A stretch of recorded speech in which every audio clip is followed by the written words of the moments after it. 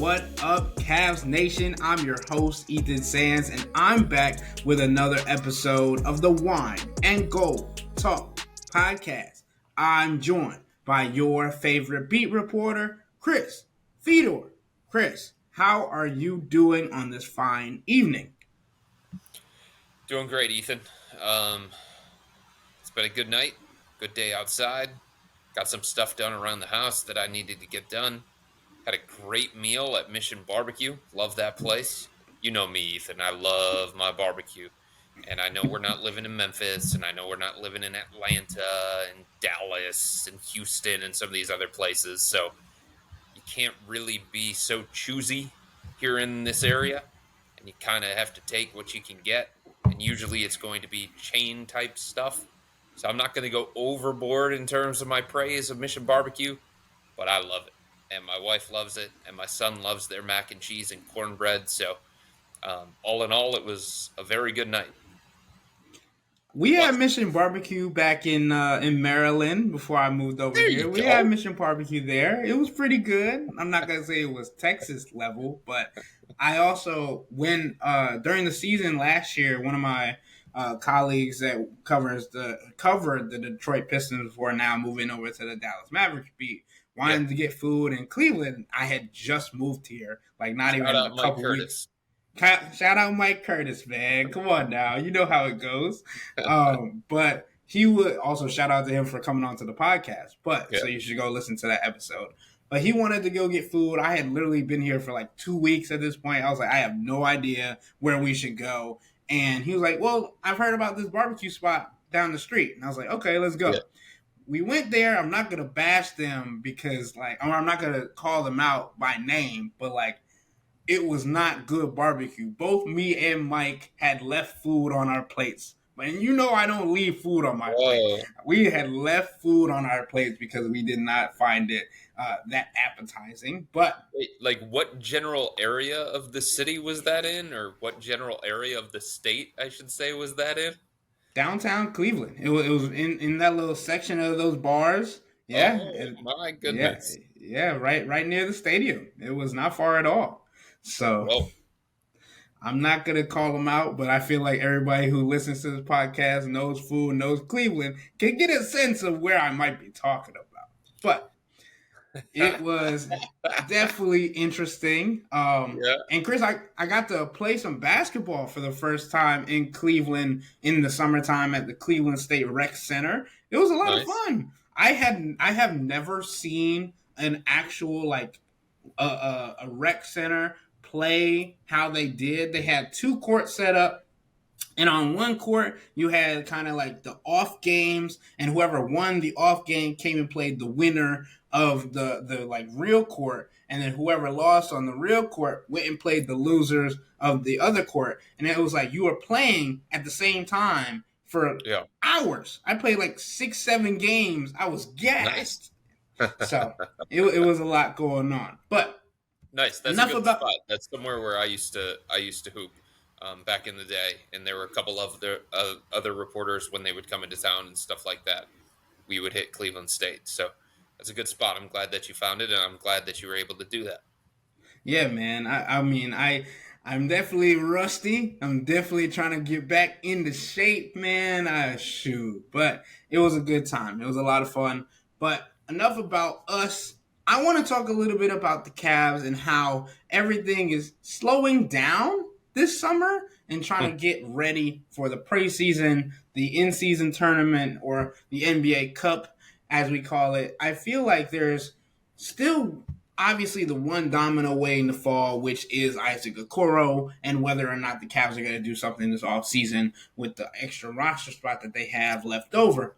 But, Chris, there's been some social media buzzing this past week, especially over the last couple of days. Obviously, in our last podcast, we talked a little bit about Team USA, the potential for Donovan Mitchell to join Team USA in 2028, or if he missed his window, to get our insight and to get Chris's take on the situation. Go listen to that podcast.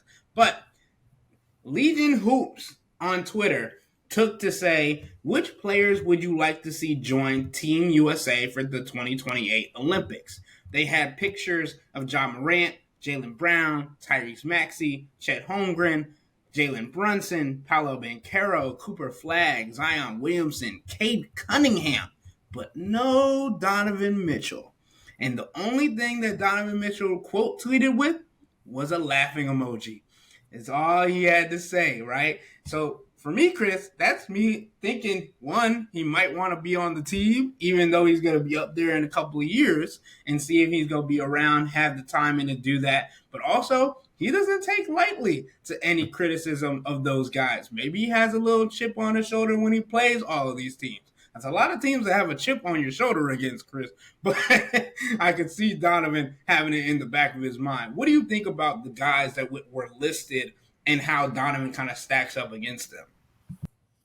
Well, again, I mean, I think we talked about it. Donovan is one of the best players, one of the best Americans playing in the NBA right now.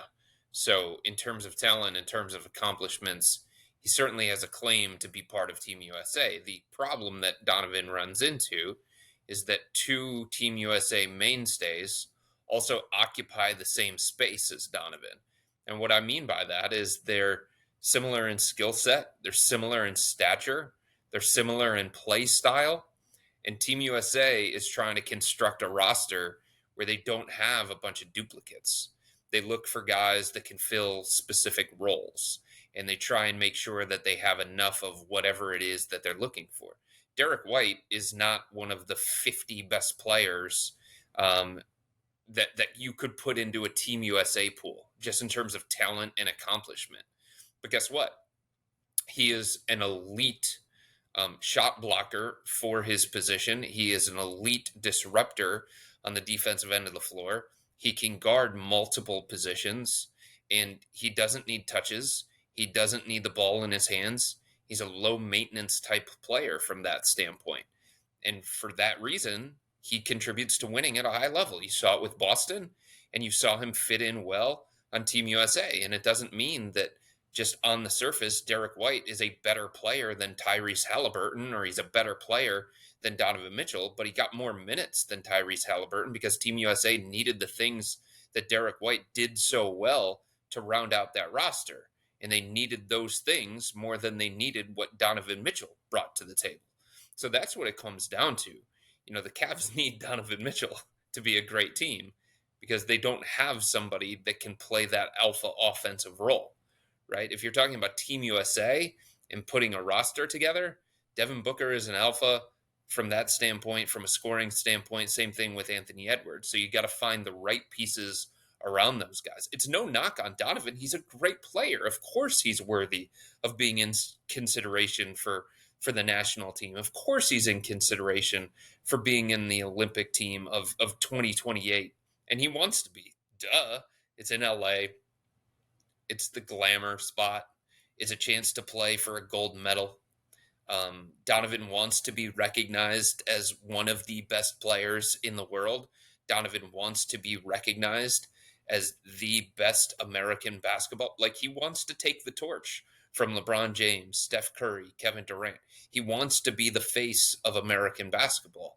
And the fact that he feels like he's being overlooked, and people are talking about Anthony Edwards, and people are talking about Devin Booker, and people are talking about all these other guys that are kind of on the come up, and Donovan's sitting here saying, yo, what about me? 5-time All-Star here. Been in the MVP running the last 2 years. A guy who has never missed the playoffs since coming to the NBA. Like, hey, what about me? And I do think that Donovan, for all of the things that he has accomplished, Ethan, and for all of the individual things that make him so brilliant, I think this just brings a point home again that he's got to win at the highest level for him to get the level of outside recognition that, one, he deserves, and two, he believes he has earned to this point. And Chris, some of the other blow-ups on social media circle around the Olympics and the players that played, the roles that they had, come from some of your old buddies. First of all, you mentioned Tyrese Halliburton being a guy that had a minor leg injury and had an MRI that showed that it was caught up in a numbers game. That report was done by your guy, Wendy. He Uh-huh. said that, and he was kind of trying to figure out whether or not it was right to play and all those different kinds of things, right? And then you talked about Anthony Edwards and whether or not he's going to be the guy for Team USA going forward. He felt like he was the number one option this past year, obviously, or this past go round. Obviously, Steph Curry and LeBron James kind of took that mantle over a little bit going into the latter half of the Olympic run. But Joe Varden also talked to Ant about whether or not he was going to compete in FIBA games going forward. And he said blatantly, hell no. And I mean, you get the taste of the Olympics, and you don't want to really go away from that. You don't want to Right. kind of not dumb it down, but play kind of lower what you think it is. And it's a different experience being in the Olympic atmosphere and things of that nature. So I think those two things kind of caught my eye as well. It's also this, Ethan, from the standpoint of Anthony Edwards, there is, in some ways, there's a Team USA hierarchy, and you kind of have to pay your dues, and you have to get on Team USA's radar and make certain sacrifices in order to get the Olympic opportunities. And the one thing is, it felt like Anthony Edwards was being rewarded for the role that he played for Team USA in the World Cup. Like, the big stars don't show up for the World Cup because it's not the Olympics. It's very, very different. These guys, the majority of these guys, they want to play for a gold medal. That's something that can be an accomplishment in their career. That's something that they can celebrate. Like Carmelo Anthony was recently asked, would you trade any of your gold for an NBA championship? And he said, no. It's a different level of pride. It's a different kind of accomplishment. It's something that is to be cherished and savored. So that's how these guys, many of these guys, feel about the Olympics. So it makes sense that Donovan wants to be at the Olympics. It makes sense that Anthony Edwards wants to be as well. It's harder for Team USA to get guys to commit to playing in the World Cup because of the things that they have to sacrifice during the summer, whether it's off-season workouts, whether it's time with family, whether it's vacations and stuff. But I think because Ant was willing to participate in the World Cup at a time where Team USA was really, really looking for guys to round out that roster, accomplished guys that fit. Ant got like that experience, and he got, some brownie points essentially from Team USA. And because he played so well in that environment, I think Team USA said, hey, we want to have you on the Olympic team. We have seen what you can do on the international stage against international competition and all that kind of stuff. And I think when you're somebody like Ant and you've participated in the World Cup and you've participated in the Olympics, you don't have to go and participate in the World Cup again. You know what I mean? Like, you've made the sacrifice to Team USA. You've made the commitment to Team USA. They will be appreciative of that for basically as long as he's around. And I think because he won a gold medal and because he participated in the World Cup previously, I'm not going to sit here and say that, he's got a locked in spot on every single Olympic team that he's good enough to be on. But I do think that Team USA looks at him as like one of the leaders into this next generation of USA basketball. I mean, a gold medal looks real good on a resume, Chris. It looks real good Yeah, on a resume. I you mean, got to pay Carmelo your Anthony. dues with USA basketball, man. That's what it comes down to. Yeah, and I think paying your dues is a great way to put it when it comes to playing in the World Cup versus playing in the Olympics. And obviously, those guys have done that. But also, kind of the importance of medaling, the importance of bringing the glory, the importance of kind of Mm-hmm. having a bounce back, as we know that the World Cup team and the Olympic team have kind of had to fight the last couple of times down to get to that gold medal game and pull it out and those kinds of things. Right. And I think that says something about the value, the pride, the worth that it has in being on Team USA, representing the country, and those kinds of things. But Chris, you also mentioned workouts, summer workouts, guys that are getting that kind of work in during the off season and trying to get ready for the next year.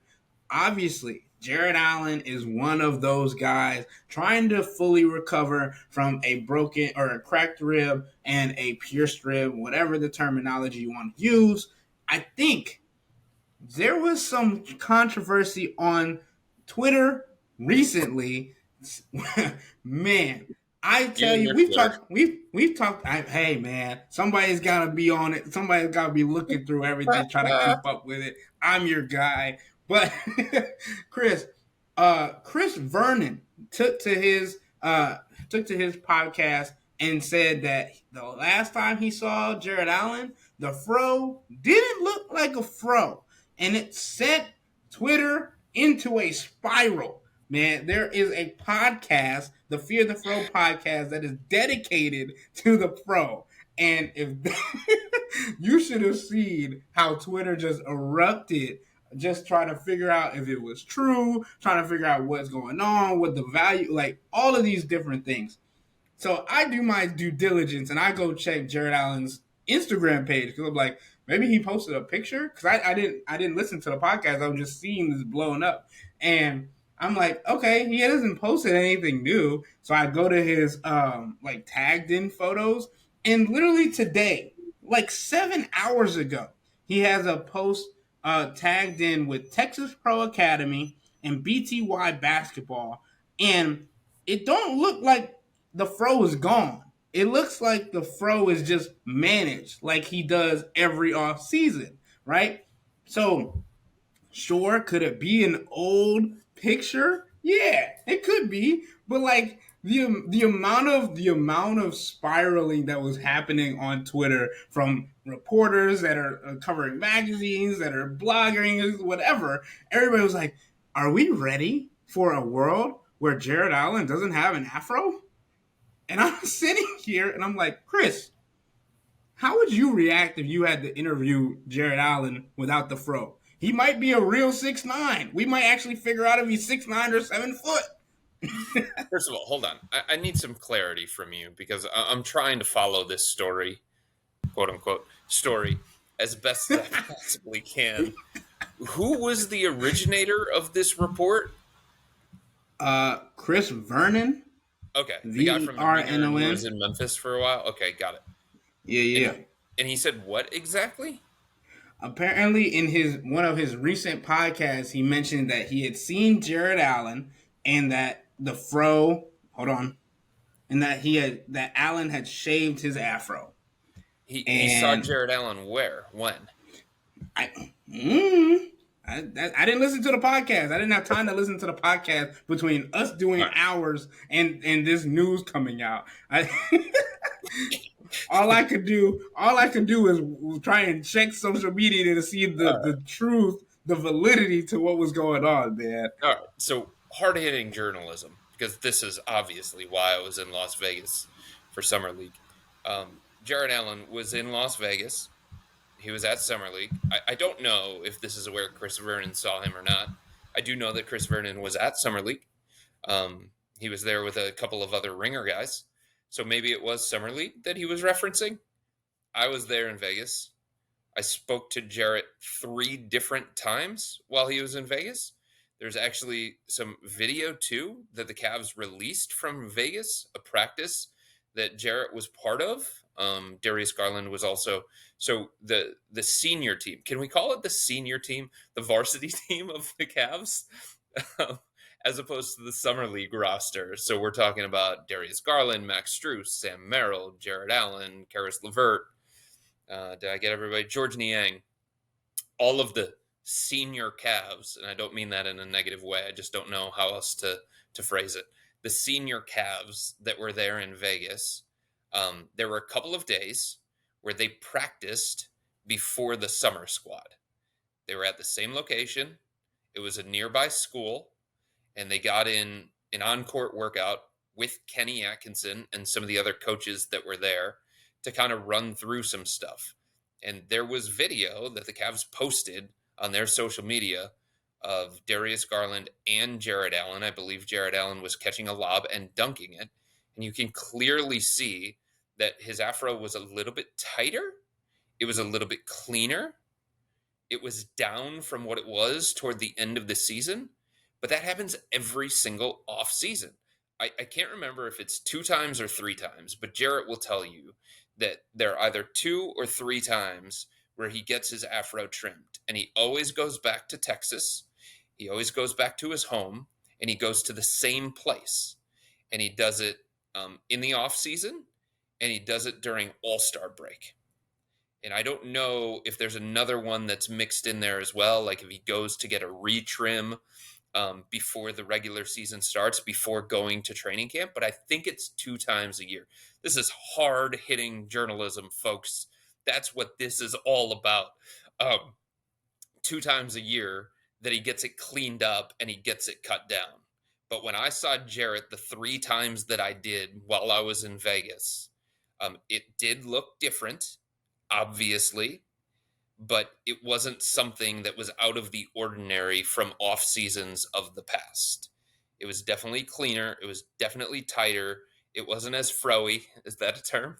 I'm going to use it as a term. It wasn't as froey, but you could still tell that it was going to be an afro after about 2 weeks, 3 weeks, as he continues to let it grow out. So, okay, Chris. So I'm going to read exactly what I'm seeing on social media right now. Oh boy, here we go. Fear the Fro. Fear the Fro, a Cleveland Cavs podcast, tweeted, "I demand evidence. Is it just his annual tightening up?" He added Chris Vernon's show, We Talking the Left or the Right? It's a picture of when Jarrett was like really young and like had like a low cut, or if he was just like a tightening picture. And then Chris Vernon responded and said it was not a fro, was short. That's all he said. And I did not get to listen to the podcast, but it could just be the tightening. All right. So do you see my hair right now? By my standards, this is too long, and it's kind of frizzy. Yeah. Because it's usually shorter than this. It's usually tighter than this, as you know. So this is kind of like poofy for me. Jarrett's was way poofier than this, if you're trying to get a visual of it. It's not like it was a buzz cut. It's not like the fro was gone. It was just tighter, and it was cleaner, and it was cleaned up, because that's what happens every single offseason. So I would be stunned if Jarrett comes to media day, if he comes to training camp, and he doesn't have the fro, and he's going for a whole new look. The other thing is, oh boy, this is more hard-hitting journalism. I'm pretty sure he's getting married this month. Don't quote me on that. It's either, hashtag analysis. Yeah. It's either this offseason or it's next offseason when he's getting married. I think it's this one, though. It might be next one. I don't know. But if he is getting married this offseason, and that's accurate, then, you want it to be a little bit cleaner than what it was toward the end of the year, when it was, Jarrett would admit, it was a little messy toward the end of the year. It was a little bit out of control. I'm trying to see. I want to, bro. I wish I was good at graphic editing or something. I would take your picture and add Jarrett's. I'm actually trying to go through the Cavs social. Did they put a lot of stuff on X. My gracious. I'm trying to go through the Cavs social right now and find that video of him catching a lob at Summer League. So continue. I know exactly what you're talking about too. I know exactly what you're talking about, because we were trying. I think Kenny Atkinson was leading those practices as well. He was. He was. So yeah, but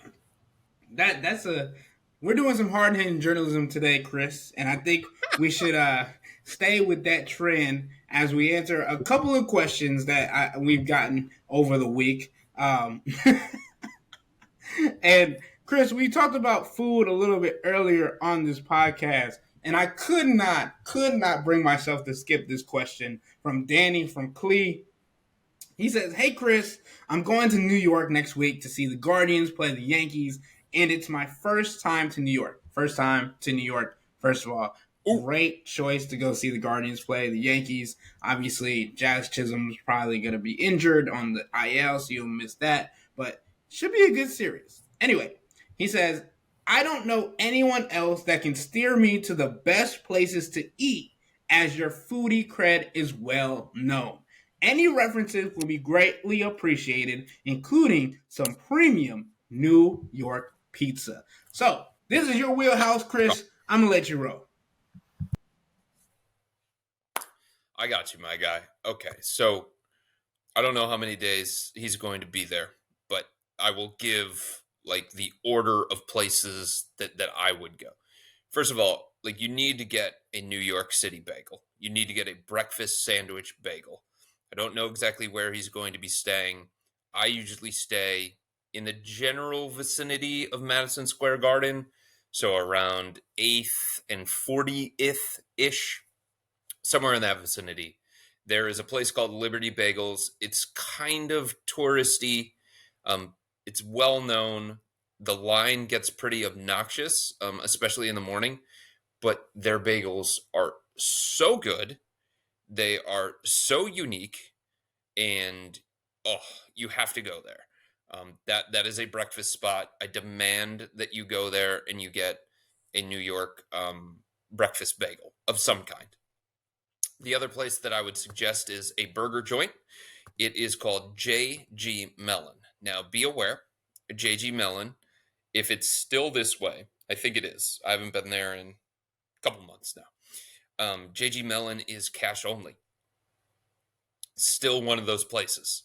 So make sure that you hit an ATM or you bring cash with you. J.G. Mellon, a burger place. It is fantastic. It's very small. It's very intimate. It can get crowded.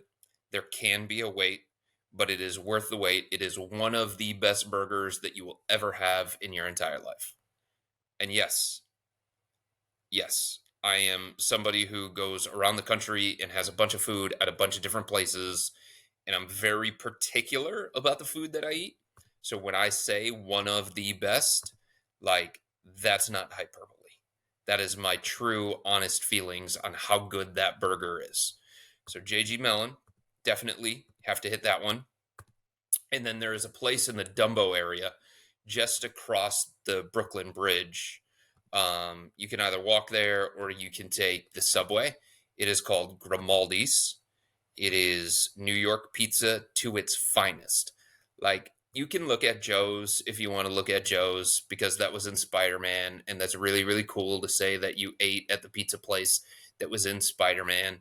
But the quality of pizza, it's just not going to be as good, I should say, because Joe's is good, but it's not as good as Grimaldi's. So I would go to Grimaldi's or I would go to the pizza joint that is literally right next door. I believe that it was a family that owned both of them and then they had a falling out. At least that's how the legend goes. And if somebody's from New York and they're listening to this podcast and they eventually want to tweet or send something to subtext or just like yell at me for having incorrect information, that's fine. But like that's the tale that I've heard about Giuliana's and Grimaldi's, and that's why they're so close together and they essentially share the same outdoor patio. Um, but I think it's the same family and they just had a falling out. So either Giuliana's or Grimaldi's, whichever one has the shortest wait, whichever one has the best table available for you, those are my two pizza places that I go every single time that I go to New York. So my two go-tos, Grimaldi's or Giuliana's, and then JG Mellon for a burger. And that's probably the best that I can give you without giving you a whole overwhelming list because there are a bunch of spots.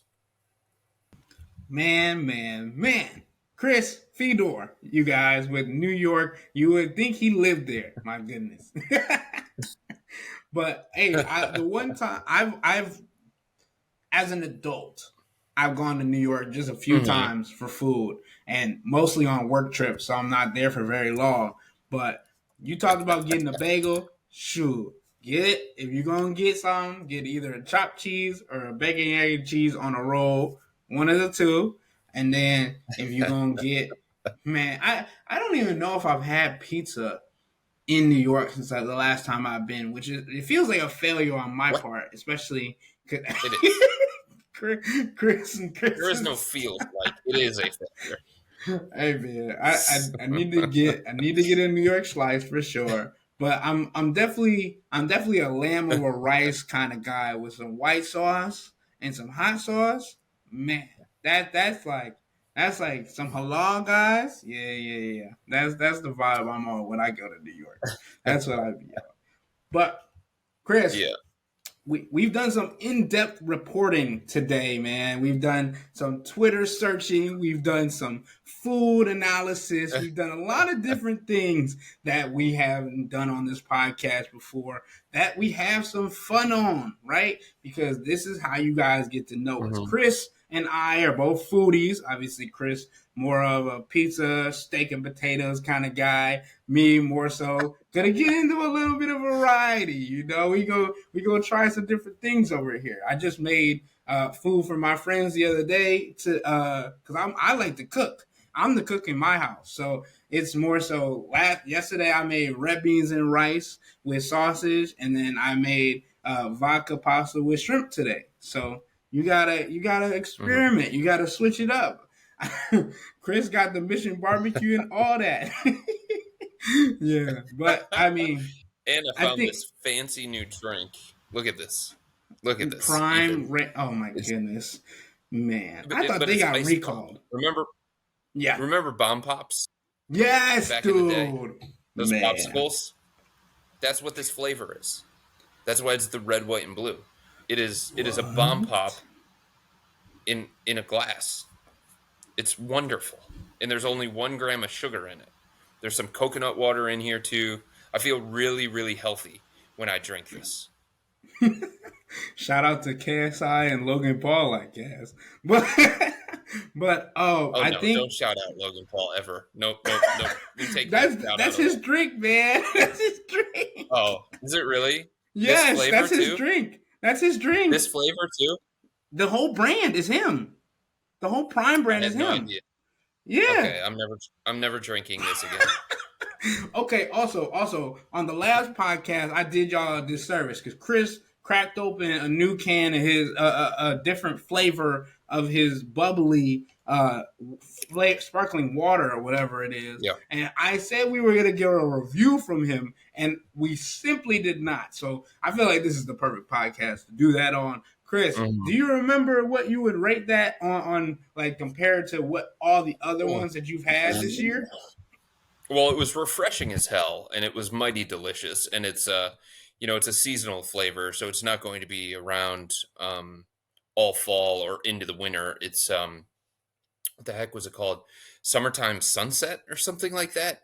It was strawberry, kiwi, pineapple. Not the normal mix that you would have in a sparkling water. A bunch of places have strawberry, kiwi. A bunch of places have pineapple, but strawberry, kiwi, and pineapple. It was really, really good. It was really refreshing. I'm a bubbly snob. Obviously, I have my whole list that I always go to. Um, I don't know that I would put it at the top of that list. I still love some other flavors a little bit more, but it is, let's put it this way. When I go to the grocery store and I'm down the water aisle and I'm going through all the different sparklings, because I do Perrier, I do San Pellegrino Essenza, I do San Pellegrino, I do Waterloo, which is like the Target brand. I think that's what it is. And I do Polar. All the different sparkling waters have their own little flavors. Um, this one will be in the rotation for as long as it's in the stores, but it's not one of those that when it's no longer in the store because it's a seasonal flavor, it's not one of those that I'm going to go to Amazon or another website or something like that and have it shipped to me. There are some flavors like that I have done that with because my Giant Eagle recently like took away cherry. Who does that? First of all, but they took away the skew of cherry and I had to order it online and get it shipped to me because I love that flavor so much. It is so delicious. This isn't one of those flavors that I would go out of my way and order on my own, but when it's in the store, it will be purchased and it will be in the rotation. I felt like I was getting fancy just because I started filtering my water. Like, Good first step, Ethan. It's a good first step. I'm not Easy. drinking. I can't drink bubbly water, dude. Not like the brand bubbly. Please don't. I want Chris to get his sponsorship by bubbly. Don't take that away from him just because I said I don't drink bubbly water. Not the brand, like actually bubbly water. Why can't you drink bubbly water? It's delicious, refreshing. How is it more refreshing than regular water? I don't need it fizzing. Because there's flavor to it. And it kind of like enlivens you. That's what the bubbles do. I think that's a. It is so fancy, and I consider it so fancy that I usually don't call it bubbly. I dumbed it down for the podcast because I don't want people to yell at me for mispronouncing it. I like to class it up a little bit, and I call it buble. Buble. Come on. Yes. Like Michael Bublé? Like the singer? Bro. Oh my goodness. Hayden Grove, former host on this podcast, best friend, Michael Bublé. Shout out to him. There you go. We've issued a lot of shout outs on today's podcast. In fact, he is so much like Michael Bublé, and I know Hayden really, really well. I go to see him sing a lot. My wife goes to see him sing with me as well. We consider him so much like Michael Bublé, like kind of Michael Bublé Jr., that we in our household, we call him Hayden Grove. I can't stand y'all, okay? I can't. Man, I'm trying to figure out a way to wrap this podcast up. And we just keep... All right. Bro, my goodness. My goodness. This is a podcast for the books for sure. It's gotta be. Man. All right. Well, Cavs Nation, we gonna have some fun on this podcast more so from now on. We're gonna talk food, we're gonna talk sports, we're gonna talk Cavs, obviously. So don't hate us. Don't get mad because we didn't talk all day about the Cavs.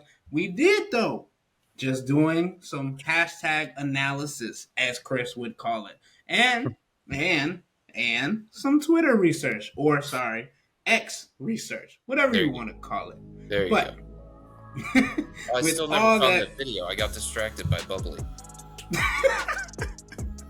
With all that being said, that'll wrap up today's episode of the Wine and Gold Talk podcast. But remember to become a Cavs Insider and interact with Chris and me by subscribing to Subtext. If you have any takes that you want to get off about this podcast, about us not talking about the Cavs too much or whatever, you can yell at us there. So, to do so, sign up for a 14-day free trial or visit cleveland.com /Cavs and click on the blue bar at the top of the page. If you don't like it, that's fine. All you have to do is text the word STOP. It's easy, but we can tell you that the people who sign up stick around because this is the best way to get insider coverage on the Cavs from me and Chris. This isn't just our podcast, it's your podcast. And the only way to have your voice heard is through Subtext. Y'all be safe. We out.